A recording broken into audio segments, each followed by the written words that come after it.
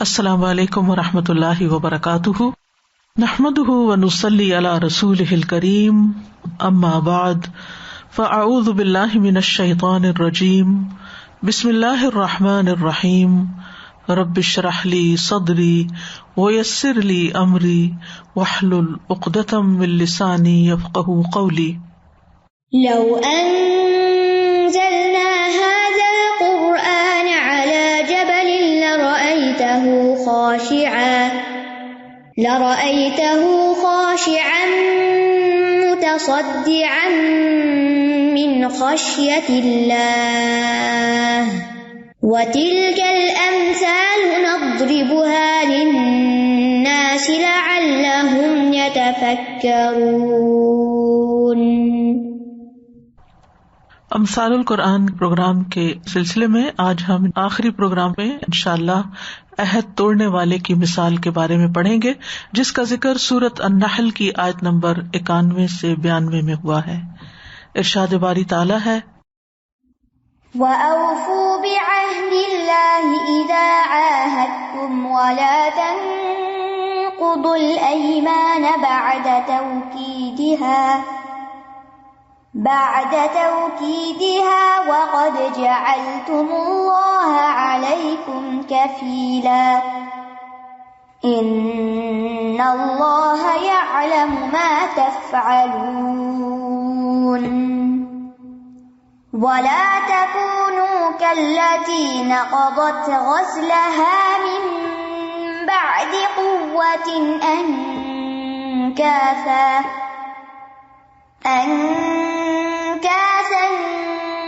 تتخذون أيمانكم دخلا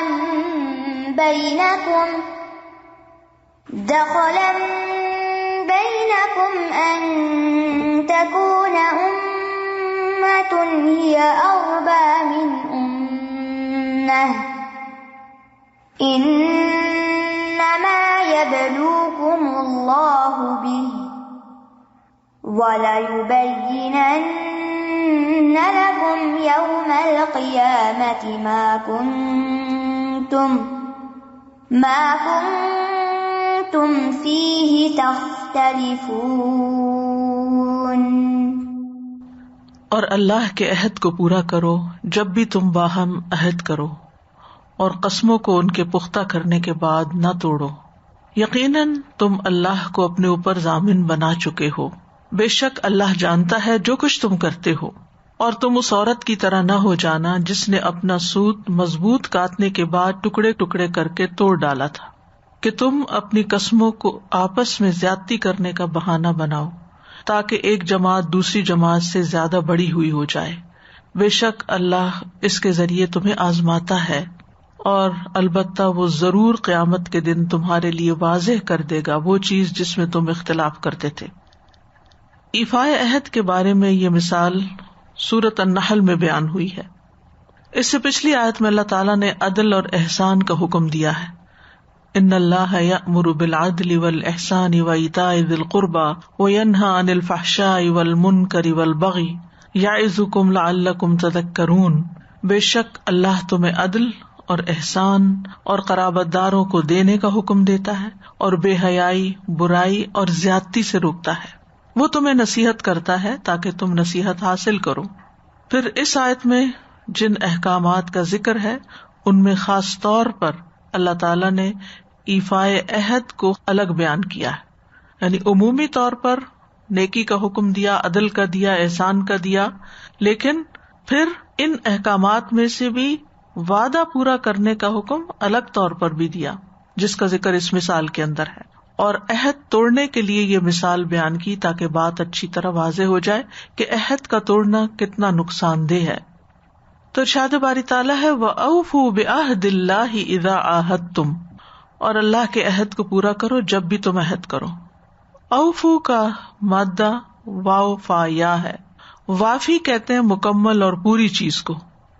اوفیت الکیل والوزن کا مطلب ہوتا ہے میں نے وزن یا میں نے ناپ یا تول پورا پورا دیا۔ قرآن مجید میں بھی آتا ہے وَأَوْفُوا الْكَيْلَ إِذَا كِلْتُمْ، جب کوئی چیز ناپ کر دینے لگو تو پیمانہ پورا بھر کے دو۔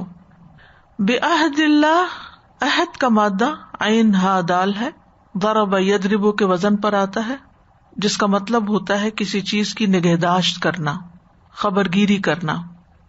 اسی بنا پر اس پختہ وعدے کو بھی عہد کہا جاتا ہے جس کی حفاظت نگہداشت ضروری ہو.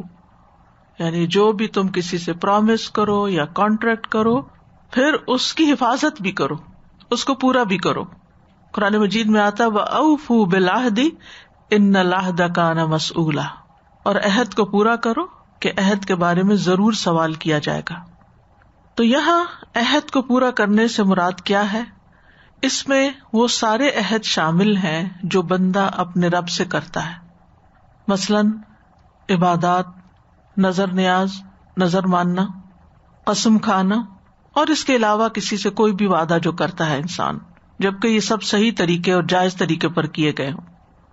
اور اس میں وہ معاہدے بھی شامل ہیں جو دو بندوں کے درمیان ہوتے ہیں، یعنی لین دین کرنے والے دو اشخاص کے درمیان، اور وہ وعدہ جو بندہ کسی اور کے ساتھ کرتا ہے اور اس کو اپنے اوپر لازم کر لیتا ہے.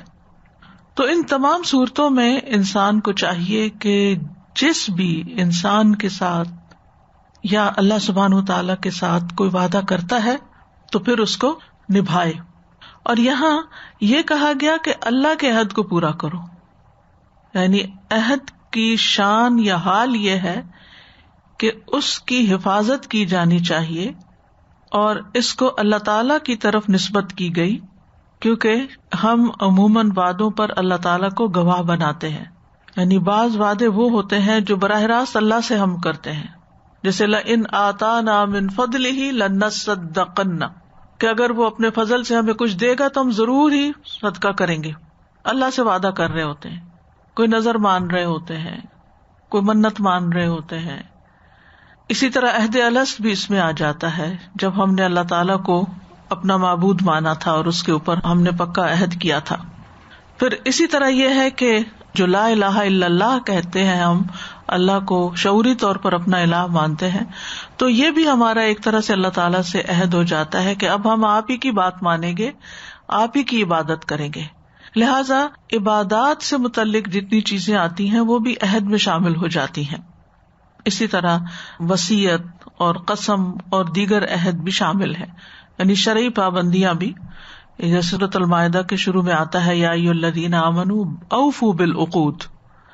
پھر آپ دیکھیں کہ اللہ تعالیٰ نے بندوں سے جو وعدہ لیا، الم اعہد الیکم یا بنی آدم اللہ تعبدوا الشیطان، کیا میں نے تم سے عہد نہیں لیا تھا اے اولاد آدم کہ شیطان کی عبادت نہ کرنا، کہ شیطان تمہارا یقیناً کھلا دشمن ہے، اور یہ کہ میری عبادت کرنا یہی سیدھا راستہ ہے. نبی صلی اللہ علیہ وسلم نے فرمایا، اللہ تبارک و تعالی نے آدم علیہ السلام کی پشت میں موجود تمام اولاد سے نعمان یعنی میدان عرفات میں عہد لیا تھا. پھر اللہ نے ان کی صلب سے ان کی ساری اولاد نکالی جو اس نے پیدا کرنی تھی، اور اسے اپنے سامنے چھوٹی چھوٹی چیونٹیوں کی شکل میں بکھیر دیا. پھر ان کی طرف متوجہ ہو کر ان سے کلام کیا اور فرمایا الست بربکم قالوا بلی شہدنا، کہا کہ کیا میں تمہارا رب نہیں ہوں؟ تو انہوں نے کہا کیوں نہیں، ہم نے اس پر گواہی دی. تو لوگوں میں سے کچھ لوگ ایسے ہوتے ہیں کہ جو وعدے پورے کرتے ہیں، اور کچھ ایسے ہوتے ہیں جو وعدوں کو توڑتے ہیں. اجتماعی زندگی میں انسان بار بار لوگوں کے ساتھ کوئی نہ کوئی معاملہ کر رہا ہوتا ہے، کبھی معاشرتی سطح پر، کبھی کسی خرید و فروخت کے سلسلے میں. تو بعض اوقات 1 on 1 کیا جا رہا ہوتا ہے، بعض اوقات ایک جماعت دوسری جماعت سے کوئی عہد لے رہی ہوتی ہے.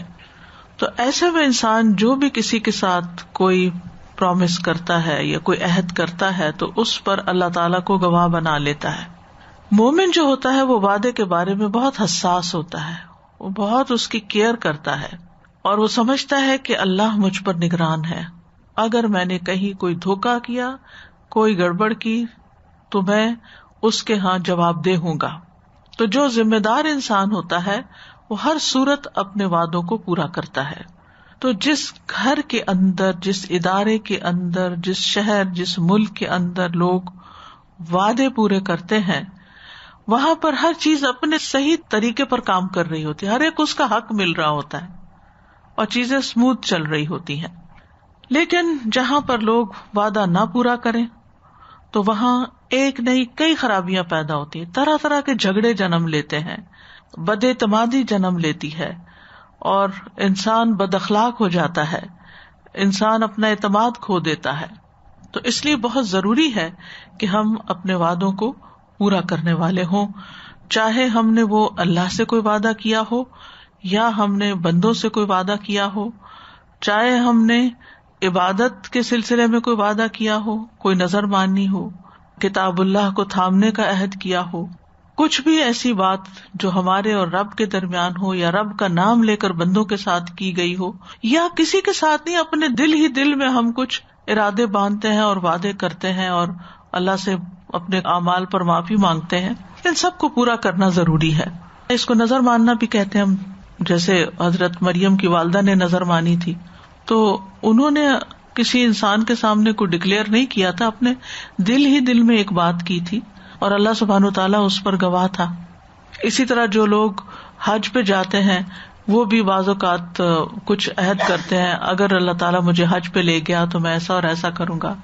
پھر اسی طرح انسان عام روزمرہ زندگی میں جو نظر مان لیتا ہے کسی مشکل کے وقت میں، یا ویسے بھی مان لیتا ہے اللہ کی رضا کے لیے، کسی چیز سے انسپائر ہو کے، ویسے وہ نیکی نہیں کر پا رہا ہوتا لیکن جب اپنے اوپر کوئی عہد کر کے پابندی ڈال دیتا ہے تو اس میں ایک استقامت آ جاتی ہے انسان کے اندر.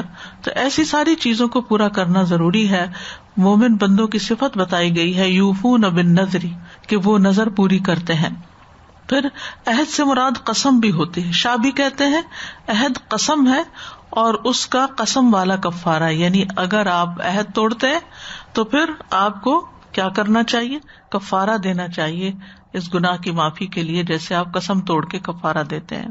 قرطبی اللہ تعالیٰ کے اس فرمان وَأَوْفُوا بِعَهْدِ اللَّهِ إِذَا عَاهَدتُّمْ کے بارے میں کہتے ہیں کہ یہ لفظ ان تمام معاہدوں کو عام ہے جو زبان سے منعقد کیے جاتے ہیں، یعنی بول کر کیے جاتے ہیں، اور انسان اس کی پابندی کرتا ہے، خواہ وہ کوئی فروخت کرنے کی چیز ہو یا صلہ رحمی ہو یا کسی اور کام میں انسان کسی کے ساتھ مضبوط عہد کر رہا ہو.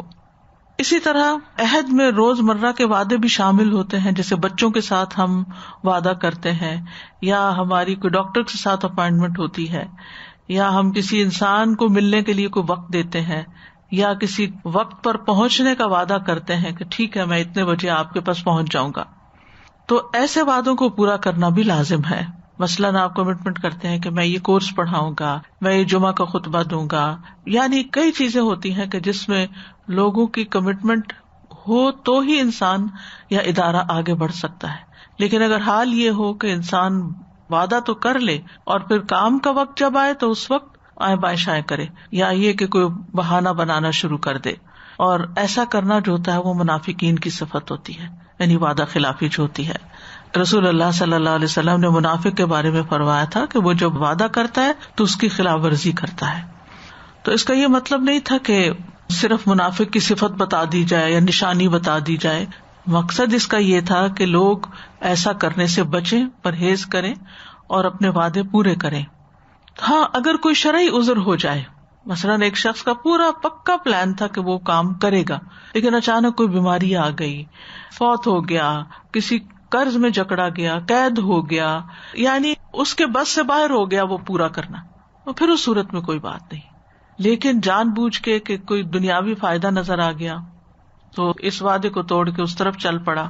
ویسے کئی دفعہ ایسا ہوتا ہے کہ لوگ کسی کے ساتھ کوئی بزنس ڈیل کرتے ہیں، مثلاً مکان بیچ رہے ہیں، مکان سیل پہ لگایا ہے اور بائر آیا ہے اور اس نے کہا کہ جو مثلا میں 300,000 دوں گا. آپ کہتے ہیں ڈن، ٹھیک ہے، وہ بیانہ بھی دے دیتا ہے. اس کے بعد کیا ہوتا ہے کہ ایک ہفتے کے بعد ایک اور آتا ہے اور وہ کہتا ہے کہ میں 500,000 دوں گا. اب انسان کہتا ہے میں تو فلاں کے ساتھ ڈیل کر چکا ہوں لیکن اس میں فائدہ زیادہ ہے تو چلو اس کو تو خیر ہے، اسے بہانہ کر لیتے ہیں، اس کا بیانہ واپس کرتے ہیں اور نیا کانٹریکٹ کر لیتے ہیں. تو اس قسم کے یعنی دنیاوی فائدوں کی خاطر بھی اس طرح وعدے توڑنا جو ہے وہ درست نہیں. مثلاً کہیں پر آپ نے اپنے بچے کا رشتہ طے کیا، مثلا اپنی بیٹی کا یا بہن کا، اب وہ اس کے ساتھ منسوب بھی ہو گئی، سب کچھ ہو گیا، اتنے میں کوئی اور رشتہ جو بہت پرومسنگ تھا وہ نظر آ گیا. اب آپ کہتے ہیں کہ اس سے جان چھڑاؤ، توڑتے ہیں اس کو، وہ فلاں جگہ کرتے ہیں. تو ایسا کرنا جو ہے یہ ایک بد اخلاقی بھی ہے اور وعدہ خلافی بھی ہے، اور لوگوں کے اندر ایک بے چینی پیدا کرنے کا سبب بھی ہے. اگر ہر کوئی اپنے وعدے اس قسم کے طریقوں سے توڑنا شروع کر دے تو پھر معاشرے کے اندر کوئی بھی بندہ قابل اعتبار نہیں رہتا، کام نہیں چلتا. کیونکہ انسان جب کسی سے کوئی وعدہ کرتا ہے تو اس کو پورا کرنے میں کئی عناصر کار فرما ہوتے ہیں، بہت سی چیزیں انوالو ہوتی ہیں. انسان کے اپنے کچھ پلان ہوتے ہیں کہ یہ کام کرنے کے بعد پھر مجھے اگلا یہ کرنا ہے، یہ اس تاریخ تک کلوز ہو جائے گا تو پھر مجھے یہ نیا پروجیکٹ کرنا ہے. لیکن اگر وہ خلل میں پڑ جائے تو انسان گویا کہ واپس پلٹ گیا. پھر فرمایا وَلَا تَنْقُضُوا الْأَيْمَانَ بَعْدَ تَوْكِيدِهَا، اپنی قسموں کو بھی پکا کرنے کے بعد مت توڑو. یعنی پہلے پورا کرنے کی بات کی گئی اور پھر اب کیا ہے، مزید تاکید کی گئی. یہاں تنقضوا کا لفظ یہ نقض سے ہے.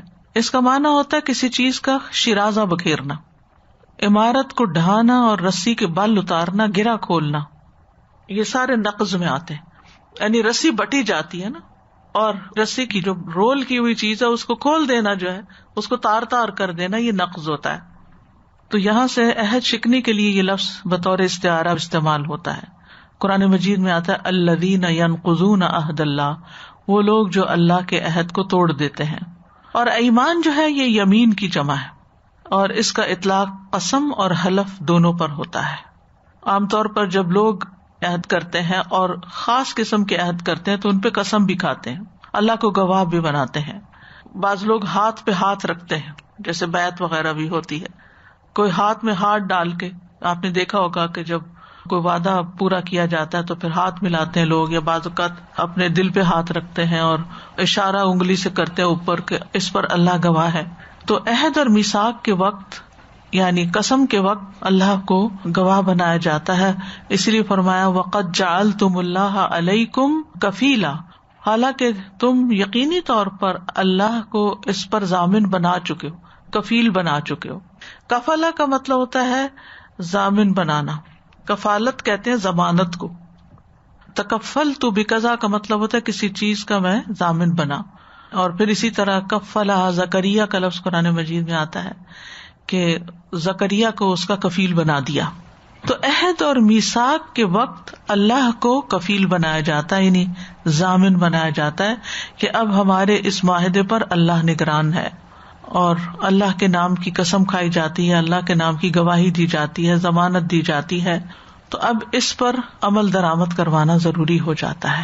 یعنی جب قسم کھانے والا کہتا ہے کہ اللہ کی قسم میں یہ کام ضرور کروں گا، یا یہ کام میں چھوڑ دوں گا، نہیں کروں گا، تو گویا وہ قسم جو وہ کھا رہا ہے وہ اللہ سبحانہ تعالیٰ کے ساتھ شرط لگا لیتا ہے اور اس کی گرہ لگا لیتا ہے کہ وہ اس کام کو پورا کرنے میں اللہ کو ضامن بنا رہا ہے. اور اگر وہ قسم پوری نہیں کرتا تو پھر جس کو ضامن بنایا اللہ کو، وہ پورا حق رکھتا ہے کہ اس شخص کو سزا دے کہ اس نے اس کا نام ایسے کیوں استعمال کیا ہے. تو عمومی طور پر ہمیں وعدہ توڑنے سے روکا گیا ہے. اور یہاں پر یہ جو کہا گیا نا کہ قسموں کو پکا کرنے کے بعد نہ توڑو، تو اس کا یہ مطلب نہیں کہ جن قسموں کو پکا نہیں کیا گیا ان کو توڑ سکتے ہیں. یعنی ہر وہ عہد جس پر قسم کھائی جاتی ہے، اللہ کو ضامن بنایا جاتا ہے، وہ پکا ہی ہو جاتا ہے. تو اس کو بلا عذر توڑنا جائز نہیں، کیونکہ توڑنا نفاق کی علامت ہے. بعض اوقات انسان خود ہی قسم کھا لیتا اپنے ساتھ، کسی اور کو نہیں بھی کہتا. تو اگر اس قسم کو توڑنا پڑے کسی وجہ سے، مثلاً وہ قسم کھا لے کہ میں ہر دوسرے دن روزہ رکھوں گا، میں ہر سال شعبان کے پورے روزے رکھوں گا، اب نہیں پورا کر پا رہا، تو پھر کیا ہے، قسم کا کفارہ دے، جس کا ذکر سورۃ المائدہ کی آیت نمبر 89 میں آتا ہے. لا یؤاخذکم اللہ باللغو فی ایمانکم ولکن یؤاخذکم بما عقدتم الایمان. اللہ تمہاری قسموں میں سے لغو قسم پر تمہارا مواخذہ نہیں کرے گا، لیکن وہ ان قسموں پر تمہارا مواخذہ ضرور کرے گا جو تم نے مضبوط باندھی. تو اس قسم توڑنے کا کفارہ 10 مسکینوں کو اوسط درجے کا کھانا کھلانا ہے جو تم اپنے گھر والوں کو کھلاتے ہو، یا انہیں کپڑے پہنانا ہے، یا ایک گردن کا آزاد کرنا ہے. تو جو کوئی یہ نہ پائے تو 3 دنوں کے روزے رکھنا ہے. یہ تمہاری قسموں کا کفارہ ہے جب تم قسم کھاؤ، اور اپنی قسموں کی حفاظت کیا کرو. اسی طرح اللہ اپنی آیات تمہارے لیے واضح کرتا ہے کہ تم شکر ادا کرو. اس سلسلے میں ایک بات یاد رکھیے کہ اگر انسان نے کسی کام کے کرنے پر قسم کھائی ہے اپنے ساتھ ہی دل میں، یعنی کسی اور کے ساتھ نہیں معاملہ، پھر وہ دیکھتا ہے کہ اس سے بہتر کوئی اور نیکی ہے، تو پھر وہ کفارہ دے کر اس بہتر نیکی کو اختیار کر لے، ٹھیک ہے نا. لیکن یہ نہیں کہ لوگوں کے ساتھ معاہدہ کر کے پھر دیکھے کہ اب وہ بہتر ڈیل ہے تو یہ توڑ کے کچھ اور شروع کر دے، وہاں سے کچھ اور دیکھے تو اس کو توڑ دے. یہ کھیل نہ کھیلے. ان اللہ یعلم ما تفعلون، بے شک اللہ جانتا ہے جو کچھ تم کرتے ہو، یعنی معاہدوں سے متعلق جو کچھ بھی تم کرتے ہو ان کو پورا کرتے ہو یا نہیں کرتے ہو. تم قسم اٹھاتے ہو، حلف اٹھاتے ہو، تاکید کے ساتھ اپنے نفسوں پر اٹھاتے ہو، تو اللہ سبحانہ وتعالی ان اعمال کو بھی جانتا ہے، اور جو کچھ اس کے علاوہ تم کرتے ہو. یعلم ما تفعلون، عمومی طور پر بھی تمہارے سارے افعال جو ہے وہ اللہ کے علم میں. ولا تکونوا کالتی نقضت غزلها من بعد قوة انکاثا. اب یہاں مثال سے اس بات کو سمجھایا جا رہا ہے کہ وعدہ توڑنے والے کی مثال کیا ہے. فرمایا تم اس عورت کی طرح نہ ہو جاؤ جو اپنا سوت مضبوط کاٹنے کے بعد اس کو توڑ دیتی ہے. اس آیت کا شان نزول یہ بیان کیا جاتا ہے کہ قریش کی مکہ میں ایک خرقہ حمقہ عورت تھی، یعنی مجنون اور کم عقل والی عورت تھی. تو اس کی کچھ لونڈیاں بھی تھی، تو وہ صبح سے دوپہر تک خود بھی سوت کاٹتی اور اپنی لونڈیوں سے بھی کٹواتی اور سارا دن محنت کرتی. پھر دوپہر ہوتی تو ان سب کو کہتی کہ جتنا سوت کاتا ہے وہ سارا کھول دو، سارا توڑ دو. آپ کو معلوم ہے نا جب سوت کاتا جاتا ہے تو اس کے گولے بنتے ہیں، اور وہ جب گولے بنتے ہیں تو اس میں وہ دھاگا محفوظ ہو جاتا ہے، اور اگر اس کو کھول دیا جائے تو وہ سارا الجھ جاتا ہے. تو وہ کیا کرتی کہ پہلے اس کے رولز بناتی اور پھر اس کے بعد اس کو کھول دیتی اور اس کی تاروں کو کھول دیتی اور پھر اس کے بعد ان کو توڑ تاڑ کے پھینک دیتی.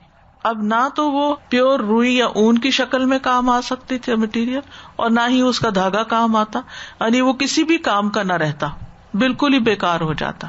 کیونکہ ادھر آپ را مٹیریل استعمال کریں یا یہ ہے کہ اس سے کوئی پروڈکٹ بنا کے استعمال کریں، لیکن اگر آپ یہ دونوں نہیں کر رہے اور اس کو بیچ میں توڑ کے خراب کر رہے ہو تو پھر اس صورت میں وہ سب بیکار ہے. اس کا نام بھی بتایا جاتا ہے کہ اس کا نام ریتا بنت عمرو بن کعب بن سعد تھا، اور اس کو خرقہ مکہ بھی کہا جاتا تھا.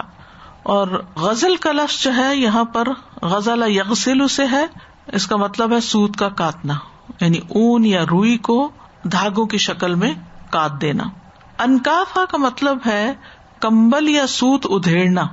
آپ کو یاد ہوگا، شاید آپ نے بچپن میں یہ دیکھا بھی ہو کہ لوگ پرانے سویٹروں کو ادھیڑتے ہیں، یعنی بنانے کے بعد پھر ان کے دھاگے کھول کے ان سار کو ادھیڑ کے پھر ان سے کچھ اور چیز بنا لیتے ہیں.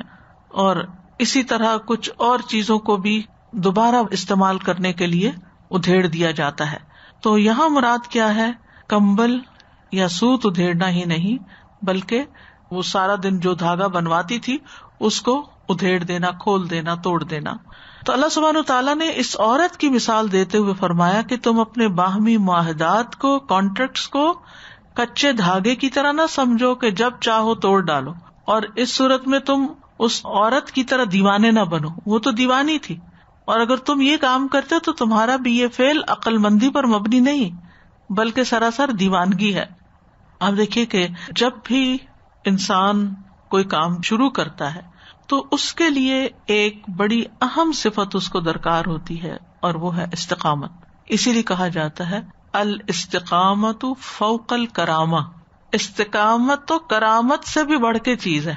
یعنی جیسے کسی ولی اللہ سے کوئی کرامت ظاہر ہوتی ہے تو آپ بہت امپریس ہوتے ہیں، اسی طرح اگر کوئی شخص اپنے وعدے پر، اپنی بات پر، اپنے کام پر، اپنے منصوبے پر مستقل مزاجی کے ساتھ کام کرتا ہے اور ڈٹ جاتا ہے تو وہی دراصل کامیابی کے منزل کو پہنچ جاتے ہیں. دنیا کے کامیاب لوگوں کی زندگیوں کا جب مشاہدہ کیا گیا تو ان میں ایک صفت جو سب میں کامن تھی وہ تھی ان کی استقامت. نمبر 1 کہ جس چیز کا انہوں نے ارادہ کیا بس پھر کشتیاں جلا ڈالی، اس کے بعد وہ اس کے اوپر جم گئے کہ اب تو واپسی کا کوئی رستہ ہی نہیں، یعنی اب ہم واپس نہیں لوٹ سکتے، یا پھر یہ کام ہو جائے گا، کامیاب ہو جائیں گے، یا پھر اسی رستے میں ختم ہو جائیں گے. لیکن بہت سے لوگوں کے اندر یہ صلاحیت نہیں ہوتی، یہ عزم نہیں ہوتا، یہ ارادہ نہیں ہوتا. اور پھر وہ کوئی بھی کام جب شروع کرتے ہیں تو اس کو زیادہ دیر جاری نہیں رکھ سکتے. محنت کرتے ہیں لیکن مستقل مزاجی کے نہ ہونے کی وجہ سے وہ زندگی میں کوئی لائن اختیار نہیں کر پاتے. آپ نے دیکھا ہوگا کہ کچھ بچے بچپن سے ہی اپنے مقصد میں بڑے واضح ہوتے ہیں, مجھے بڑے ہو کر پائلٹ بننا ہے. وہ اسی کے خواب دیکھتے ہیں, اسی کی چیزیں پڑھتے ہیں, ویسی ہی چیزیں دیکھتے ہیں, ایکسپلور کرتے رہتے ہیں, اپنے انٹرسٹ سے وہ اپنا رستہ تلاش کرتے رہتے ہیں حتیٰ کہ وہ اپنی اس منزل کو پہنچ جاتے ہیں. لیکن کچھ بچوں کے ذہن بکھرے ہوئے ہوتے ہیں, وہ جوان بھی ہو جاتے ہیں, اڈلٹس ہو جاتے ہیں, آپ ان سے پوچھیں کہ آپ نے کیا کرنا ہے زندگی میں, تو بغلیں جھانکتے ہیں, ان کو نہیں پتا انہوں نے کیا کرنا ہے, کیونکہ وہ کبھی کوئی کام شروع کرتے ہیں اس کو ادھورا چھوڑ دیتے ہیں, کبھی دوسرا شروع کرتے ہیں اور اس کو ادھورا چھوڑ دیتے ہیں. تو کسی دنیاوی کامیابی کے لیے بھی بڑا ضروری ہوتا ہے کہ انسان مستقل مزاجی کے ساتھ جدوجہد کرے. یعنی جیسے ایک بیج کو درخت بننے میں ہو سکتا ہے 5 سال لگے, 10 سال لگے, 15 لگے, 20 لگے, تب اس کا پھل آئے. تو جو شخص اس انتظار کی طاقت رکھتا ہے وہ پھل بھی دیکھ لیتا ہے. لیکن جو جلد گھبرا کے ابتدا میں ہی جلد بازی کی وجہ سے, بے چینی کی وجہ سے اس کو چھوڑ دیتا ہے, تو اس کا درخت کبھی پنپتا نہیں. ایک عمارت آپ کو بنانی ہو, ایک بچے کی تربیت کرنی ہو, جو ماں باپ گھبرا کر ہاتھ اٹھا لیتے ہیں, ہم نہیں جانتے اب یہ جو مرضی کرے, بس ہماری طرف سے فارغ ہے, اور بچے کو بھی کہہ دیتے تمہارا جو دل چاہے کرو, ہمارا کوئی سروکار نہیں تم سے, یعنی فیڈ اپ ہو جاتے ہیں, کوشش چھوڑ دیتے ہیں. تو یاد رکھیے کہ نہ تو افراد کی تعمیر ایسے ہو سکتی ہے, نہ ادارے اس طرح تعمیر کیے جاتے ہیں, اور نہ ہی کوئی درخت اس طرح پنپتا ہے. اگر کسی بھی قوم کے اندر کوئی تبدیلی لانی ہو, اگر کسی ادارے کے اندر کوئی پختگی لانی ہو, تو اس کے لیے مسلسل اور انتھک محنت کی ضرورت ہوتی ہے.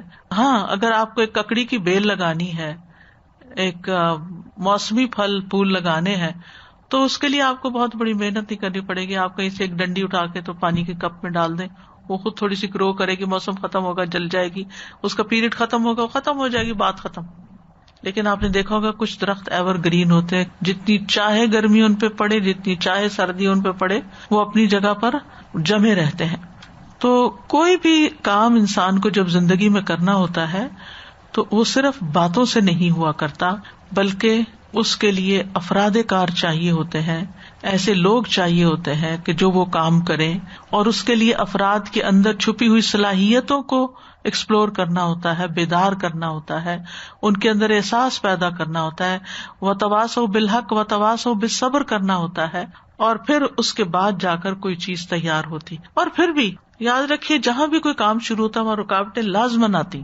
یہ کبھی بھی نہیں ہوتا کہ آپ کسی کام کا ارادہ کریں, عہد کریں اپنے ساتھ ہی کسی کے ساتھ, اور بیچ میں کوئی خلل اندازی کرنے کے لیے نہ پہنچ جائے. آپ نے دیکھا ہوگا کتنے ہی رشتے خراب ہوتے ہیں جب لوگوں کو پتا چلتا ہے کہ فلاں لڑکے اور لڑکی کا رشتہ ہو گیا, تو وہ کوئی نہ کوئی خرابی پیدا کر کے اس کو بریک کرنے کی کوشش کرتے ہیں. شادی شدہ زندگی میں بھی اسی طرح کی دخل اندازیاں کر کے, خلل اندازیاں کر کے, بعض اوقات گھر کے اندر سے ہی کبھی اپنے ہی پیرنٹس کر رہے ہوتے ہیں لڑکی کے, اور کبھی لڑکے کے والدین ایسی حرکتیں کرتے ہیں کہ جس کی وجہ سے وہ رشتے ختم ہو کے رہ جاتے ہیں, اور وہ جو اللہ کے نام کا عہد کیا ہوتا ہے اور عاشرون بالمعروف کا جو عہد قرآن میں ہے وہ سب بھول جاتے ہیں. تو پوری تاریخ انسانی یہ بتاتی ہے کہ جس بھی انسان نے کوئی بڑا کام کیا ہے, اس کی زندگی کے آغاز سے ہی یا اس مشن کے آغاز سے ہی اس کو طرح طرح کی رکاوٹوں کا سامنا کرنا پڑا ہے. اور جو شخص رکاوٹوں کو عبور کرتا چلا جاتا ہے وہ ریس جیت لیتا ہے, لیکن جو رکاوٹوں کے سامنے ہمت ہار دیتا ہے یا سر ٹکرا کے ختم کر دیتا ہے, تو پھر وہ اپنی منزل تک کبھی بھی نہیں پہنچتا. اب دیکھیں کہ بعض اوقات پرندوں کے گھونسلے جو ہیں طوفان آتا ہے اڑ کے چلے جاتے ہیں کہیں, وہ دوبارہ سے تنکے اکٹھے کرنے لگ جاتے ہیں. اسی طرح کچھ لوگ یہ بھی کرتے ہیں کہ جب کوئی کام شروع کرتے ہیں اور اس میں رکاوٹ آتی ہے تو ہمت چھوڑ دیتے ہیں, لیکن اس کے برعکس دوسرے جو ہے وہ اس کو دوبارہ کرنا شروع کر دیتے ہیں. اور اب دیکھیے کہ ایک بچہ کتنے دنوں میں بالغ ہوتا ہے, 5 سال میں تو نہیں ہوتا, 10 سال میں تو نہیں ہوتا, کم از کم 15 سال تو اس کو لگتے ہیں بالغ ہونے میں, جسے ہم میچور کا لفظ کہتے ہیں. اور وہ بھی ابتدائی میچورٹی ہوتی ہے, پھر آگے کے سال اس کو مزید میچور کرتے ہیں, حتیٰ اذا بلغ اشدہ 40 سال پہ جا کے ہوتا ہے, پھر نبوت ملتی ہے. تو اسی طرح اگر ہم کسی کام کو شروع کرتے ہیں تو 5-10 سال پہ جا کے تھک نہیں جانا چاہیے کہ ہو گیا، اب یہ سب کچھ ہو گیا ہے، بس اس سے زیادہ میں نہیں چل سکتا. نہیں، مستقل مزاجی کے ساتھ کام کو کرتے چلے جائیں، اور آپ دیکھیں گے کہ جتنا زیادہ آپ اس کے ساتھ وقت لگائیں گے، محنت کریں گے، اتنا ہی وہ کام آگے بڑھتا چلا جائے گا. تو سود کاٹنے کے بعد اس کو توڑنا نہیں بلکہ اس سے مزید آگے پروڈکٹ بنانی ہے. صرف سود کاٹنے تک ہی مرحلہ نہیں ہوتا، آگے کے مراحل بھی ہوتے ہیں، اور اگر وہ پہلے ہی مرحلے کی محنت پہ پانی پھیر دے تو آگے کام نہیں چلتے. پھر فرمایا تتخذون ایمانکم دخلا بینکم، تتخذون تم بنا لیتے ہو، ایمانکم اپنی ایمان یعنی قسموں کو، دخلا، دخل سے مراد دھوکہ، فریب، کھوٹ ہے. دخل اصل میں اس چیز کو کہتے ہیں جو دوسری چیز میں داخل کر دی جائے، یعنی ملاوٹ کر دی جائے. مثلا چائے کی پتی میں چنے کے چھلکے ملا دیے جائیں تو وہ کیا دخل ہو گیا اس کے اندر، یعنی اس کے اندر آپ نے کوئی چیز اور ڈال دی جو کہ اصل میں وہاں نہیں تھی. تو دخل وہ چیز ہوتی ہے جو کسی چیز کو بگاڑنے کے لیے استعمال کی جاتی.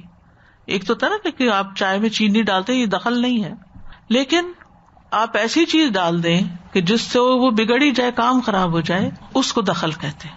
اور کبھی یہ دھوکہ دینے کے لیے بھی استعمال ہوتا ہے دخل کا لفظ جو ہے، یعنی عہد شکنی میں اسے یہاں استعمال کیا گیا ہے. کیونکہ جو چیز دل میں داخل ہو جاتی ہے کہ اس معاہدے کو توڑ دو، اس عہد کو توڑ دو، چاہے وہ وسوسہ ہو، چاہے وہ کسی کا بہکاوا ہو یا کسی کا غلط مشورہ، چھوڑو اس کام کو، کچھ اور کرو. ابن عبیدہ کہتے ہیں کہ ہر وہ کام جو درست اور صحیح نہ ہو وہی دخل کہلاتا ہے. ہر وہ چیز جس میں عیب داخل ہو جائے اس کو مدخول یعنی معیوب کہتے ہیں. ان تکون امۃ ہی اربا من امہ، کہ ہو ایک امت زیادہ بڑی ہوئی دوسری امت سے. امت ہر وہ جماعت جن کے درمیان کوئی رشتہ ہو، دین کا یا کسی ریجن کا، جغرافیے کا یا کسی زمانے کا. مطلب ایک زمان میں یا ایک مکان میں لوگ رہتے ہو، جیسا کینیڈا کے رہنے والے کنیڈین کہلاتے ہیں، پاکستان کے رہنے والے پاکستانی کہلاتے ہیں. اسی طرح اوقات میں سلف صالح یعنی جو پہلی 3 صدیوں کے لوگ ہیں یا پہلے لوگ ہیں، تو وہ ایک امت بن جاتے ہیں. جو نبی صلی اللہ علیہ وسلم کے زمانے میں صحابہ تھے وہ ایک امت تھی، اس سے پہلے کے لوگ تلک امت قد خلت. اسی طرح پرندوں کی بھی جماعتیں، امتیں ہیں. وما من دابۃ فی الارض ولا طائر یطیر بجناحیہ الا امم امثالکم. اور اربا کا لفظ ربا سے ہے، مانا ہے زیادہ کثرت والا ہونا. اربا افعال کے وزن پر. جب کوئی چیز زیادہ اور کثیر تعداد میں ہو جائے تو اس کو کہا جاتا ہے ربا الشیء، یعنی چیز بڑھ گئی. یعنی مراد کیا ہے کہ تم اپنی قسموں کو عہد شکنی اور خیانت کا ذریعہ نہ بناؤ، اس وجہ سے کہ تم کسی ایسی جماعت سے جو تعداد اور مال میں دوسری سے بڑھ کر ہو اس سے وعدے کر لو. مطلب کیا ہے کہ تم اپنے وعدے اس لیے نہ توڑو کہ کوئی اور جماعت زیادہ طاقتور ہے تو اس سے ہٹ کے تم اس کی طرف مائل ہو جاؤ. اس کو اس سے سمجھیے. ابن کثیر کہتے ہیں کہ مجاہد جو مفسر ہیں وہ کہتے ہیں کہ اہل عرب اپنے حلیفوں سے معاہدے کرتے تھے، کیونکہ وہاں پر کوئی اکیلا نہیں رہ سکتا تھا. لوگوں کو ایک دوسرے کے ساتھ الائن کر کے اور اتحاد کر کے اور دوستی کر کے اپنے آپ کو مضبوط بنانا پڑتا تھا. تو جب ان کو اپنی تعداد سے زیادہ تعداد والے لوگ مل جاتے اور ان کو اپنے سے زیادہ طاقتور مل جاتے تو وہ کمزور لوگوں سے معاہدہ توڑ دیتے اور ان لوگوں سے معاہدہ کر لیتے جو تعداد اور قوت میں زیادہ ہوتے تھے. تو ان کو اس سے منع کیا گیا. تو آپ دیکھیے آیت کو دوبارہ کہ وَلَا تَكُونُوا كَالَّتِي نَقَضَتْ غَزْلَهَا، اس عورت کی طرح نہ جو سود توڑ دیتی ہے، یعنی اپنے عہد توڑ دیتی ہے، اپنے کیے کرائے پہ پانی پھیر دیتی. من بعد قوت انکاسا، اس کو مضبوط کرنے کے بعد، اچھا بٹنے کے بعد، کاٹنے کے بعد ٹکڑوں ٹکڑوں میں توڑ دیتی ہے. تو تم بھی کیا کرتے ہو، اپنی قسموں کو آپس میں دھوکہ دہی کا ذریعہ بنا لیتے ہو. ٹھیک ہے. اور پھر کس وجہ سے تم ایسا کرتے ہو کہ تمہیں ایک اور جماعت ایسی نظر آ گئی جو پہلی جماعت سے تعداد میں زیادہ بڑی ہوئی ہے. انما یبلوکم اللہ بہ، بے شک اللہ اس کے ذریعے تمہارا امتحان لیتا ہے. یعنی بہت دفعہ ایسا ہوتا ہے کہ انسان ایک کام شروع کرتا ہے اور پھر اس کو کوئی ایسی چیز نظر آ جاتی ہے جو اس کے لیے زیادہ اٹریکٹیو ہوتی ہے اور وہ کہتا ہے پہلی سے کیسے نکلوں. پھر کوئی جھوٹے بہانے کرتا ہے, دھوکہ دیتا ہے, جھوٹی قسمیں کھاتا ہے اور اس عہد کو توڑ دیتا ہے. تو مطلب یہ ہے کہ اللہ تمہیں عہد کو پورا کرنے کا حکم دے کر تمہاری آزمائش کرتا ہے, یا جب تم کوئی عہد کر لیتے ہو تو پھر اس کے بعد یہ دیکھتا ہے کہ تم اپنے عہد پورے کرتے ہو یا نہیں, تمہارے اوپر کوئی امتحان ڈال دیتا ہے. جیسے صلح حدیبیہ کے موقع پر جب لوگ جا رہے تھے عمرے کے لیے تو انہوں نے لبیک عمرہ کہا, تو راستے میں بہت سارا شکار ان پر آیا جس کو وہ اپنے ہاتھوں سے پکڑ سکتے تھے, لیکن چونکہ لبیک اللہم لبیک لبیک عمرہ کہہ کے انسان اللہ کے ساتھ عہد کرتا ہے, میں احرام کی پابندیوں میں آ گیا ہوں, اب میں کوئی شکار نہیں کروں گا. اب شکار کے اوپر گرا پڑ رہا ہے اور وہ کر ہی نہیں سکتا. تو یہ ایک امتحان تھا. بعض اوقات انسان کوئی حلال کا کام کر رہا ہوتا ہے کہ اچانک حرام کے بڑے بڑے دروازے کھل جاتے ہیں, تو انسان کے لیے بڑی ٹیمپٹیشن ہوتی ہے, میں کب تک اس حلال میں پھنسا رہوں گا اور اس مشکل میں, کب تک میں یہ, وہ سوچتا ہے کہ اللہ معاف کرنا, چھوڑو اس کو, چلو وہ کام کرتے ہیں جس میں زیادہ نفع ہے. اور اس طرح وہ اپنے پہلے عہد کو اللہ کے ساتھ کہ میں تیری اطاعت کے مطابق زندگی بسر کروں گا, اس کو ختم کر دیتا ہے. فرمایا وَلَيُبَيِّنَنَّ لَكُمْ يَوْمَ الْقِيَامَةِ مَا كُنْتُمْ فِيهِ تَخْتَلِفُونَ, وہ ضرور بیان کرے گا تمہارے لیے قیامت کے دن اس معاملے کو جس میں تم اختلاف کرتے رہے, یعنی جہاں تم ایک دوسرے سے جدا ہوئے, ایک دوسرے کے ساتھ تم نے اختلاف کیا, وعدہ توڑ دیا, اور جو وجہ بنی وہ سب تمہارے سامنے واضح ہو جائے گا. استغفر اللہ. دنیا میں تو انسان جھوٹ بول کے دھوکہ دے کے دوسرے کو مطمئن کر سکتا ہے کہ نہیں ہماری یہ مجبوری ہے, فلاں نہیں کرے. تو بعض اوقات آپ دیکھیں کہ آپ کہیں رشتہ ڈالتے ہیں, وہ آپ سے بڑا پرومس کر لیتے ہیں کہ ہاں ٹھیک ہے بالکل یہ بیٹی آپ کی ہے, سب باتیں پکے وعدے دے دیا آپ کو, سب کچھ کر لیا. پھر کسی بات پہ مزاج بدلتا ہے تو کہتے ہیں وہ اصل میں فیملی میں وہ فلاں بزرگ نہیں مانتے, وہ فلاں نہیں مانتا, طرح طرح کے بہانے کر کے اس کو ختم کر دیا جاتا, حالانکہ کوئی معقول ریزن نہیں بھی ہوتی. بعض اوقات لوگ بہکاتے ہیں, جھوٹی خبریں پہنچاتے ہیں, بد دل کرتے ہیں, اور لوگ پھر پریشان ہو کر ان معاہدوں کو توڑ دیتے ہیں. تو بہت کم لوگ ایسے ہوتے ہیں کہ جو نقصان اٹھا کر بھی اپنے عہد کو پورا کرنے والے ہوں. اول تو انسان جب کسی کے ساتھ کوئی پرومس کرے تو سوچ سمجھ کے کرے, جلد بازی میں نہ کرے. ہاں میں کر دوں گا. رات چلتے ہوئے آپ کو کہتا ہے یہ کرسی اٹھا دینا, ہاں فکر نہیں کرو میں اٹھا دوں گا. اگلے دن وہ آتا ہے وہ کرسی وہیں پڑی ہوتی ہے. کیا تھا, نہ غور سے سنا اور نہ دیکھا کہ میں کرسی اٹھانے کے قابل ہوں یا نہیں, ہاں کر دی. روزمرہ زندگی میں کتنی دفعہ ایسی چیزیں ہو رہی ہوتی. بچے کہتے ہیں مجھے یہ چاہیے, ری کر رہے ہوتے, آپ کہتے ہیں بالکل مل جائے گا, تم کرو اپنا کام, فکر ہی نہ کرو. اور 10 دن گزر جاتے ہیں اور ہم روز جھوٹے بہانے کر کے پرومس پورا نہیں کرتے. یہ ساری چیزیں قیامت کے دن وعدہ خلافیاں وَلَيُبَيِّنَنَّ کھول کے رکھ دی جائیں گی تمہارے لیے, کہ جہاں تم کسی کے ساتھ انڈیفرنٹ ہوئے اور تم نے اپنے وعدے پورے نہیں کیے. تو اس مثال سے کیا پتہ چلتا ہے کہ ہمارے دین میں وعدہ پورا کرنا نہایت ضروری ہے. وہ ایمان کا حصہ. لا دین لمن لا عہد لہ, اس کا تو کوئی دین ہی نہیں جس کا عہد نہیں. ولا ایمان لمن لا امانت لہ, اور جس کی امانت نہیں اس کا ایمان ہی نہیں. تو ہمارے دین میں عہد پورا کرنا دین کا ایک بہت بڑا حصہ ہے. یہ دین ہے, یہ دنیا داری نہیں, یہ دین ہے. چاہے ہم دین کے نام پہ وعدے کریں, چاہے دنیا کے کام میں وعدے کریں. سورۃ توبہ میں آتا ہے ان اللہ اشتری من المؤمنین انفسهم واموالهم بان لهم الجنہ یقاتلون فی سبیل اللہ فیقتلون ویقتلون وعدا علیہ حقا فی التوراۃ والانجیل والقرآن ومن اوفی بعہدہ من اللہ. اللہ سے زیادہ اپنا وعدہ پورا کرنے والا کون ہے؟ اللہ نے یہ وعدہ تورات, انجیل اور قرآن سب میں کیا ہے کہ جو اپنی جان اور مال اللہ کو دیں گے اللہ ان کے بدلے ان کو جنت دے گا. تو سب سے بڑھ کر تو اللہ تعالیٰ اپنا وعدہ پورا کرتا ہے. ایمان والوں سے بھی اللہ کا وعدہ ہے اور کفر والوں سے بھی, ظالموں سے بھی. پھر فرشتوں کی صفت بھی یہی ہے. جبریل علیہ السلام نے رسول اللہ صلی اللہ علیہ وسلم سے وعدہ کیا کہ وہ ایک خاص گھڑی میں آپ کے پاس آئیں گے, لیکن وہ نہیں آئے. اس وقت آپ کے ہاتھ میں عصا تھا, تو آپ نے اسے اپنے ہاتھ سے نیچے پھینکا اور فرمایا اللہ اپنے وعدے کی خلاف ورزی کرتا ہے نہ اس کا رسول, یعنی دونوں ہی نہیں کرتے. پھر آپ نے دھیان دیا تو آپ کی چارپائی کے نیچے کتے کا پلہ تھا. تو آپ نے فرمایا عائشہ یہ کتا یہاں کب داخل ہوا؟ انہوں نے کہا کہ اللہ کی قسم مجھے بالکل پتا نہیں چلا. تو آپ نے حکم دیا کہ اس کو باہر نکال دیا جائے. تو جبریل علیہ السلام تشریف لے آئے. تو رسول اللہ صلی اللہ علیہ وسلم نے فرمایا آپ نے میرے ساتھ وعدہ کیا تھا, میں آپ کی خاطر بیٹھا رہا لیکن آپ نہیں آئے. تو انہوں نے کہا آپ کے گھر میں جو کتا تھا مجھے اس نے روک لیا. بے شک ہم ایسے گھر میں داخل نہیں ہوتے جس میں کتا ہو اور تصویر ہو. یعنی وہاں پھر رحمت کے فرشتے نہیں آتے. انبیاء کی صفت بھی وعدہ پورا کرنے کی تھی. وَاذْكُرْ فِي الْكِتَابِ اسماعیل إِنَّهُ كَانَ صَادِقَ الْوَعْدِ. اسماعیل علیہ السلام وعدے کے سچے تھے. داؤد علیہ السلام کے بارے میں رسول اللہ صلی اللہ علیہ وسلم نے فرمایا کہ وہ وعدہ خلافی نہیں کرتے تھے اور دشمن سے سامنا ہونے پر بھاگتے بھی نہیں تھے. ایمان والوں کی صفت ہے والذین هم لأماناتهم وعہدهم راعون. متقین کی صفت ہے بلا من اوفى بعہدہ واتقى فإن اللہ يحب المتقین. کیوں نہیں، جو شخص اپنا عہد پورا کرے اور ڈرے تو یقیناً اللہ ڈرنے والوں سے محبت کرتا ہے. قرآن مجید میں وعدہ پورا کرنے والوں کی تعریف کی گئی سورۃ الرعد میں. انس بن مالک کہتے ہیں رسول اللہ صلی اللہ علیہ وسلم خطبے میں فرماتے کہ اس میں ایمان نہیں جس میں امانت نہیں، اس کا دین نہیں جس میں عہد کی پابندی نہیں. عبداللہ بن مسعود کہتے ہیں کہ سنجیدگی یا مذاق کسی صورت میں جھوٹ بولنا صحیح نہیں، اور کوئی شخص اپنے بچے سے ایسا وعدہ نہ کرے جسے وہ پورا نہیں کر سکتا. قیامت کے دن وعدوں کے بارے میں سوال ہوگا اور جو پورا کرے اس کے لیے اجر عظیم ہے.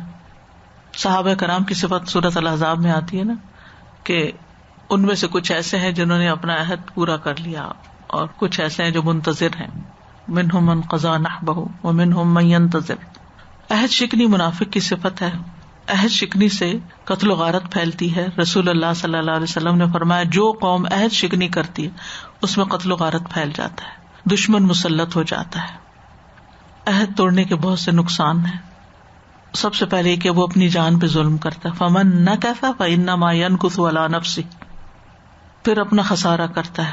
الذین ینقضون عہد اللہ، اس آیت کے آخر میں آتا اولئک هم الخاسرون. اللہ کی لعنت اور دلوں کی سختی کا باعث ہے. سورۃ الرعد میں اس کی تفصیل آتی ہے آیت 25 کے اندر. یہ عداوت اور بغض کا باعث بنتا ہے. نصارہ نے جب اپنا عہد پورا نہیں کیا تو اللہ نے ان کے دلوں کے درمیان دشمنی اور کینہ واری ڈال دی. اور دوسری اہم بات جو اس آیت سے پتہ چلتی ہے وہ یہ کہ وعدہ پورا کرنے کے لیے استقامت کی ضرورت ہوتی ہے. کاموں کو مستقل مزاجی سے کرنے کی ضرورت ہوتی ہے. تو ثابت قدمی جو ہے وہ بہت ضروری ہے. اور اللہ تعالیٰ کے نزدیک پسندیدہ عمل کیا ہے؟ احب الاعمال الی اللہ ادومها وان قل. جو سب سے زیادہ تسلسل کے ساتھ کیا جائے، پابندی کے ساتھ کیا جائے. نبی صلی اللہ علیہ وسلم کو دین میں سب سے زیادہ پسندیدہ وہی عمل تھا جس پر اس کے کرنے والے کو دوام. اور اس کا فائدہ بھی کیا ہوتا ہے کہ اگر انسان بیمار ہو جائے یا سفر پر ہو اور اپنے اس کام کو پورا نہ کر سکے تو اس کو اس کا اجر ملتا رہتا ہے. نبی صلی اللہ علیہ وسلم جو نماز شروع کرتے اس پہ ہمیشگی کرتے، چاہے تہجد ہو یا ضحیٰ کی نماز ہو یا کوئی اور اسی طرح اس نماز کو زیادہ پسند کرتے جس پر ہمیشگی اختیار کی جائے. صحابہ کرام بھی اعمال میں دوام اختیار کرتے تھے. حضرت عبداللہ ابن عمرو بن العاص سے مروی کہتے ہیں کہ رسول اللہ صلی اللہ علیہ وسلم نے مجھ سے فرمایا اے عبداللہ فلاں کی طرح نہ ہو جانا جو رات کو قیام کرتا تھا پھر اس نے چھوڑ دیا. اور استقامت سے ہٹنے والے کی مثال اس عالم کی سی ہے جس کو اللہ نے اپنی آیات کا علم دیا، جس کا ذکر سورۃ الاعراف کی آیت 175 اور 60 میں ہوتا ہے. پھر شیطان اس کے پیچھے پڑ گیا اور گمراہ ہو گیا اور وہ دین سے نکل گیا، دنیا میں پڑ گیا. اور اس کے برعکس استقامت اور دوام کے بہت فائدے ہیں. یہ خوف اور غم سے بچاتا ہے. ان الذین قالوا ربنا اللہ ثم استقاموا فلا خوف علیہم ولا هم يحزنون. یقیناً وہ لوگ جنہوں نے کہا اللہ ہمارا رب ہے پھر اس پر خوب قائم رہے تو ان پر نہ کوئی خوف ہوگا نہ وہ غمگین ہوں گے. یہی لوگ جنت والے ہیں جو اس میں ہمیشہ رہیں گے. یہ ان کے اعمال کا بدلہ ہے جو وہ کرتے ہیں. استقامت فرشتوں کے نزول کا سبب بنتا ہے، فرشتوں کی دوستی ملتی ہے.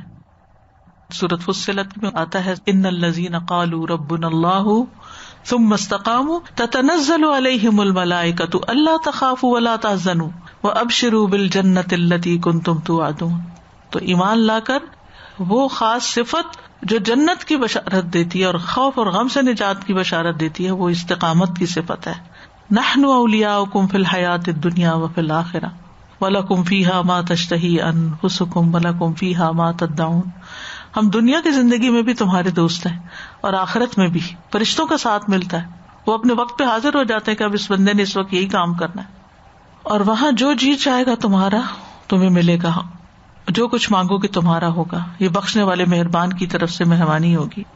نبی صلی اللہ علیہ وسلم نے فرمایا بے شک بعض لوگ مسجد نشین ہوتے ہیں، ریگولرلی مسجد جاتے ہیں، کہ فرشتے ان کے ہم نشین ہوتے ہیں، اگر وہ غائب ہو جائیں، وہ مسجد میں نہ آئیں، تو وہ فرشتے ان کو تلاش کرتے ہیں کہ کہاں گئے، وہ تو روز یہاں بیٹھتا تھا.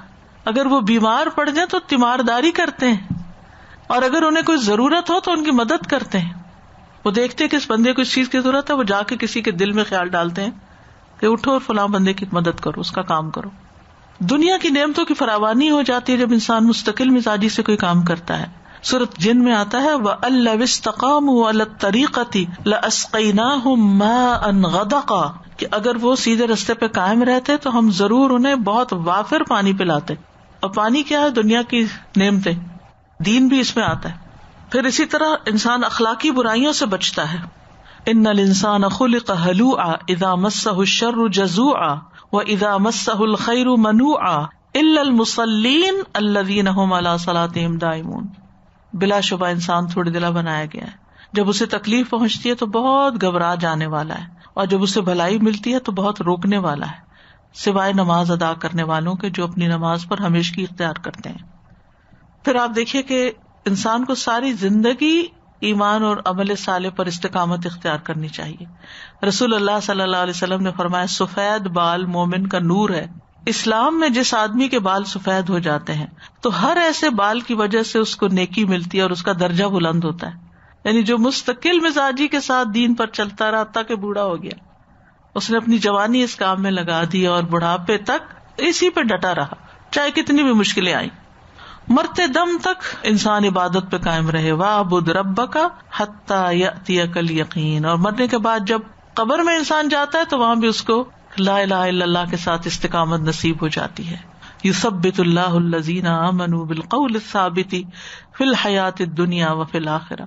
جو دنیا میں اس قول پہ ثابت قدم رہا وہ آخرت میں یعنی قبر میں بھی اس کو استقامت ہوگی، وہ فرشتے کے سوالوں کا جواب آسانی سے دے دے گا. استقامت کے لیے انسان کو اللہ سے مدد مانگنی چاہیے. وَاسْتَعِینُوا بِالصَّبْرِ وَالصَّلَاةِ. ہر رکاوٹ، ہر مشکل کے وقت نماز بھی اور دعا بھی اور صبر. قرآن و سنت کو مضبوطی سے تھامنا چاہیے، اپنے فرائض کی حفاظت کرنی چاہیے، عبادت کے لیے وقت نکالنا چاہیے، اپنے مقصد سے جڑے رہنا چاہیے، اللہ کے راستے میں لگے رہنا چاہیے. وَالَّذِينَ جَاهَدُوا فِينَا لَنَهْدِيَنَّهُمْ سُبُلَنَا.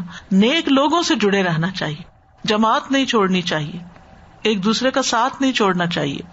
پھر خواہش پرستی سے بچنا چاہیے. خواہشات کی پیروی جب انسان کرتا ہے تو سیدھے راستے سے ہٹ جاتا ہے. وَلَا تَتَّبِعِ الْهَوَىٰ فَيُضِلَّكَ عَن سَبِيلِ اللَّهِ. خواہش نفس کی پیروی نہ کرنا ورنہ تمہیں اللہ کے راستے سے ہٹا دے گی. پھر سستی اور غفلت چھوڑنا چاہیے. زبان کی حفاظت بڑی ضروری ہے. بعض اوقات انسان بڑا بول جاتا ہے، جو کر رہا ہوتا ہے سالوں سے وہ اس کا چھوٹ ہی جاتا ہے.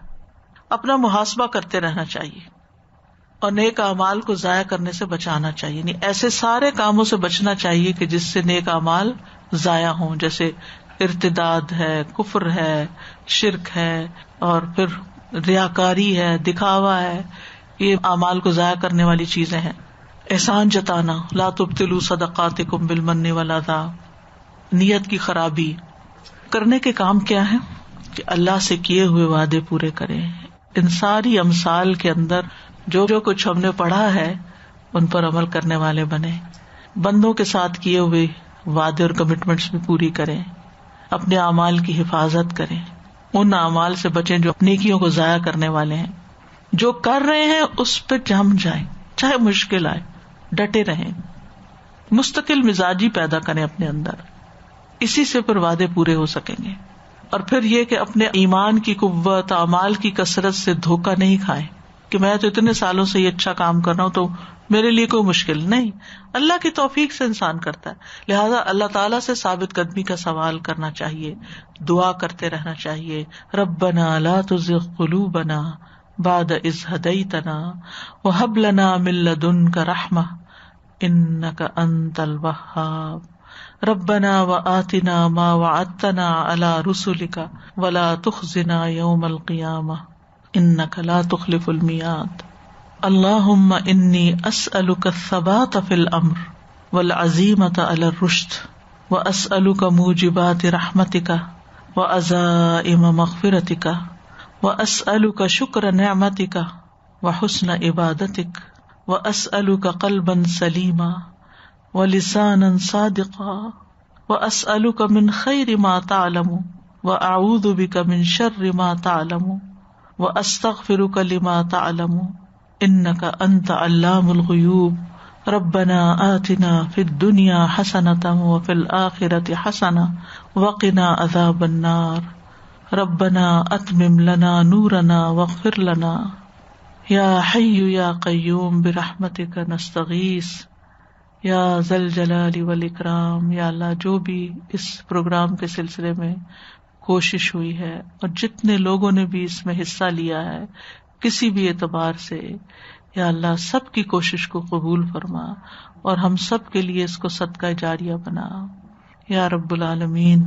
تو ہمیں آئندہ بھی اپنے قرآن کی، اپنے دین کی بہترین خدمت کی توفیق عطا فرما اور اس کی طرف ہماری رہنمائی فرما دے کہ ہم ایسے راستے اختیار کریں، ایسے کام کریں کہ جس سے تیری رضا حاصل ہو اور وہ تیرے بندوں کے لیے فائدہ مند ہو جائیں اور ہماری آخرت کی نجات کا سبب بنے.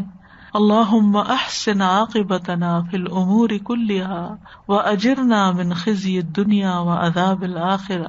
اللہم رحمتک ارجو فلا تکلنی الی نفسی طرفۃ عین واصلح لی شأنی کلہ لا الہ الا انت ربنا تقبل منا انک انت السمیع العلیم وتب علینا انک انت التواب الرحیم وصلی اللہ تعالی علی خیر خلقہ محمد وعلی آلہ واصحابہ واہل بیتہ اجمعین برحمتک یا ارحم الراحمین. الہی آمین. لو انزلنا هذا القرآن على جبل لرأيته خاشعا متصدعا من خشية الله وتلك الأمثال نضربها للناس لعلهم يتفكرون. الحمدللہ الحمدللہ، اللہ تعالیٰ نے یہ سفر بہت خوبصورت طریقے سے مکمل کروایا آج، ماشاءاللہ الحمدللہ. جزاک اللہ خیر استاذہ جی، بہت کچھ سیکھا اور بہت غور و فکر، ماشاءاللہ قوت الا باللہ. خاص طور پر کل کی اور آج کی کلاس جو تھی، آخری کلاسز تھی، اس میں اپنے اخلاق اور اپنے آپ پہ دیکھنے کے لیے بہت کچھ تھا، غور و فکر. ہم اتنی مرتبہ منہ سے ایسی باتیں کر جاتے ہیں، وعدے کر لیتے ہیں انشاءاللہ ضرور ملیں گے، انشاءاللہ چھوٹی چھوٹی باتیں ہم وعدے بھی کر لیتے ہیں، کھڑے کھڑے ہم ملتے ہیں اور وہ اگلا بندہ کہتا ہے میری طرف ضرور آنا، اچھا ان کو لے کے آنا، فلانے کو. چھوٹی چھوٹی چیزیں ہوتی ہیں لیکن ہم ریئلائز ہی نہیں کرتے کہ یہ ہم نے وعدے کیے ہیں. اور بچوں سے بھی ہم نے جب سے میرا خیال میں پیدا ہوئے اب تک کچھ نہ کچھ لگا ہی رہتا ہے کہ ہاں یہ میرے سے لے لینا، یہ مجھ سے کر لینا. لوگوں کو ہوپ دلا دیتے ہیں جی، بہت امیدیں بھی دلا دیتے ہیں کہ ہم انشاءاللہ، خاص طور پہ غریب لوگ ہوتے ہیں نا، خاص طور پہ جن کو ہم زکوٰۃ دیتے ہیں یا جو ہمیں دیکھ رہے ہوتے ہیں کہ ہم دینے والے ہیں، تو وہ ایک جوڑا بھی ہوتا ہے نا کپڑوں کا، تو کبھی وہ کہہ دیں گے یہ بہت پیارا ہے تو کہیں گے اچھا اب جب میں اتاروں گی نا تو میں دوں گی، پھر ہم بھول جاتے ہیں. چھوٹی مطلب بہت چھوٹی چھوٹی باتیں ہیں. اصل یہ کہ ایسے وعدے کرنے ہی نہیں چاہیے بیسیکلی. جیسے آپ نے آج کہا کہ محتاط گفتگو بہت زیادہ ضروری ہے، ناپیں تولیں، دیکھیں کیا ہم نے وعدے کیا. اور جیسے وہ کل کی بات کو آج میں لا رہی ہوں کہ جیسے اپنے آپ کو یاد کریں کہ میں نے کیا چیز کی تھی ایسے کہ جو میرے آج گناہوں کا یا میری کوئی پرابلم کریٹ ہو گئی یا مجھے امتحان آ گیا یا میرے منہ سے کیا بات نکلی تھی، وہ ہمارا اپنا کیا ہوتا ہے جو ہمارے سامنے آ رہا ہوتا ہے. تو اللہ تعالیٰ سب سے پہلے تو معافی مانگنی چاہیے، بہت زیادہ استغفار سوچ سوچ کے کہ یا اللہ ہمیں وہ دکھا دے کہ جو چیز ہم نے ایسی کوئی زندگی میں کی ہو. خاص طور پہ والدین بہت ایسے وعدے کر لیتے ہیں کہ یہ پلاٹ تمہیں دے دیں گے، یہ فلانا ہو جائے گا. اور اچھا بعض اوقات بچے بھی والدین سے وعدے کر لیتے ہیں، ہم آپ کے لیے یہ کر دیں گے، وہ کر دیں گے، پھر کچھ بھول جاتے ہیں. اور اگر یاد بھی رہتا تو شیطان اتنا بھلا دیتا ہے کہ وہ اپنی کمٹمنٹس پوری ہی نہیں کرتے. وہ بس اللہ تعالیٰ سے دعا ہے کہ اللہ تعالیٰ ہمیں معاف کر دے سب لوگوں کو. استاد جی میں سوچ رہی تھی کہ ایک صرف اگر ہم وعدوں کی پابندی پہ ہی کانسنٹریٹ کریں تو کتنی صفات آٹومیٹیکلی انسان کے اندر پیدا ہو جاتی ہیں. سچائی بھی آ گئی، امانت داری بھی آ گئی، استقامت آ گئی، اور صرف ایک چیز پہ کانسنٹریٹ کرنا آپ نے کہ اچھا میں نے وعدہ وہی کرنا ہے جس کو میں نے پورا کرنا ہے، اور خود بخود آپ کے اندر اللہ سبحانہ تعالیٰ اتنی زیادہ چیزیں جو ہیں وہ یعنی پوری اصلاح ہو جاتی ہے بندے کی، ڈسپلن ہو جاتا ہے انسان. بہت زیادہ اس چیز کا احساس ہو رہا ہے کہ یعنی اکاؤنٹیبلٹی کتنی زیادہ ہے اور ایک چیز یہ بھی مجھے خیال آ رہی ہے استاذہ جی کہ یعنی ان سرٹن کیسز اگر ایک تو ہے وعدہ کر کے توڑ دینا یا اس سے اسٹیپ آؤٹ کر جانا، اور ایک وہ میوچل ریلیز ہے. یعنی بعض بزنس کانٹریکٹس بھی ایسے ہوتے ہیں کہ جس میں میوچل ریلیز پہ اگری کیا جاتا ہے کہ ہم اس کو ختم کر رہے ہیں اس عہد کو. تو is that also something blameworthy? اس میں یہ کہ دونوں کے ساتھ پھر آپس میں یعنی کہ کوئی شرعی عذر، کوئی واقعی سالڈ ریزن ہونی چاہیے، یعنی کہ دوسرے کو نقصان نہ پہنچے یا اپنے کسی فائدے کی خاطر اس دوسرے کو نقصان نہ دیا جائے یا وعدے سے نہ پھرا جائے. جیسے رومیوں کے ساتھ شاید ایک عہد تھا اور حضرت امیر معاویہ نے جب اس کو ختم کیے بغیر شاید فوراً فوجیں لا کے سرحد پہ جمع کرنی شروع کر دی، تو ایک صحابی نے اس پر اعتراض کیا تھا. اور آج صبح اتفاق ہے کہ کچھ میٹنگز ہو رہی تھی تو اس میں کانٹریکٹ سے ہی متعلق باتیں چل رہی تھی، تو یہاں سے آج شروعات ہونے کا یہ کتنا اسٹرانگ ریمائنڈر ہے کہ چھوٹے ہوں یا بڑے ہوں، یہ ورچوئل کانٹریکٹس ہوں یا دوسرے فزیکل ہوں، فیملی یا سوشل لائف کے متعلق ہوں یا بزنس ریلیٹڈ ہوں، یعنی دیکھا جائے تو ہم سب we are tied up in so many contracts جو کہ باقاعدہ یعنی کانٹریکٹ کی میعاد اور وہ ساری چیزیں اس میں شامل ہوتی ہیں. اور جو اس کے علاوہ جیسے آپ ابھی کہہ رہے ہیں یا جو پریویس ہمارے ریفلیکشنز میں بات ہوئی، وہ تو یہ ہے کہ آپ نے اپنی ایک ارادے کا اظہار کیا کہ ہمیں یہ کرنا ہے، اور اگر ہم سمجھے تو پھر وہ بھی عہد کے اس میں چلا جائے گا. اگر پکا ارادہ کیا ہے، ایک تو ہے نا کہ سوچ رہے ہیں ابھی کبھی ڈاواں ڈول ہے، اور ایک ہی نہیں کہ میں کروں گی، اب آج کے بعد تو میں نے سوچ لیا میں نے یہی کرنا ہے، اور اس کے بعد کہاں سوچ اور کہاں کرنا سب بھول گئے. اللہ تعالیٰ استقامت دے. آمین. بھی جیسے یہ بچوں کے رشتوں کی بات ہو رہی تھی نا، تو کبھی جیسے ایسا نہیں ہوتا کہ آپ کو کوئی اور بہتر رشتہ مل رہا ہے، جو آپ نے طے کیا اسی میں کبھی آپ کو لگتا ہے کہ کمپیٹیبلٹی نہیں ہو رہی، فیملیز کی نہیں ہو رہی ہے، ریزن سمجھ آ رہی ہے تو پھر وہ تو اور بات ہے، لیکن یہ کہ ویسے آپ پہلے مطمئن تھے سب ٹھیک تھا. سزا ایک پوائنٹ میرے دل میں بھی آ رہا تھا کہ آج کل ایک ٹرینڈ چلا ہوا ہے کہ ہمیں کانٹریکٹ کرنا ہی نہیں ہوتا، کسی کو کوئی چیز پہ نا بندھنا نہیں ہے. ہاں، اور کوئی کمٹمنٹ نہیں کرنی، کمٹمنٹ سے ڈرتے ہیں. نہ شادی کی کمٹمنٹ کرنی ہے، داخلہ نہیں لینا. اگر کمٹمنٹ کر لیا تو اس کا خوف ہے کہ یہ کمٹمنٹ ہم پورا نہیں کر سکیں گے، تو شادی سے بھی کمٹمنٹ ختم کہ چلو ساتھ رہ لیتے ہیں، ٹوگیدر رہیں گے، کبھی دل چاہا تو شادی کریں گے ورنہ نہیں. پھر کیا ہے کہ جو ایگریمنٹ کیا ہے شادی کا، نکاح کا، اس کے اندر کتنی بڑی کمٹمنٹ ہے، بالکل اس میں کتنا بڑا وعدہ ہے اللہ کا، اس میں جو اللہ حق مہر دینے کا وعدہ، جی وہ توڑ دیتے ہیں. پھر وہ بیوی کو حق دینا، یعنی اللہ سبحانہ و تعالیٰ کا تقویٰ ہمارے نکاح کے خطبے میں ہے نا، تقوی کا سب سے زیادہ کہیں بھی نہیں ہوتا کہ عورت کو عزت دی جائے یا کچھ. تو وہ ساری چیزیں جو ہیں وہ کانٹریکٹس کو دیکھا نہیں جاتا، اور انسان جو ہے وہ اپنے رستے سے ہٹ جاتا ہے. بالکل. اور آج کی جو جنریشن ہے وہ تو بالکل بھی کمٹمنٹ نہیں کرتی. دے ڈونٹ وانٹ ٹو سے اینی تھنگ. آئل سی، یہ ورڈ آ جاتا ہے، آئل سی، دیکھوں گا یا دیکھوں گی اگر ہو سکا تو. اور بعض اوقات ٹالنے کے لیے کہتے اوکے فائن، اوکے فائن یا yes, and then they don't know at all. تو اللہ سبحانہ و تعالیٰ ہماری آگے کی نسل اور ہماری ابھی کی جو نسل ہے اور ہماری نسل و نسل کو اللہ سبحانہ و تعالیٰ استقامت پہ رکھے اور اللہ ایمان پہ رکھے. اللہ سبحانہ و تعالیٰ انہیں سیریسنس دے کہ جو ہم کہہ رہے ہیں وہ کریں بھی انشاءاللہ. وآخر دعوانا ان الحمد للہ رب العالمین. سبحانک اللہم وبحمدک، اشہد ان لا الہ الا انت، استغفرک واتوب الیک. السلام علیکم ورحمۃ اللہ وبرکاتہ.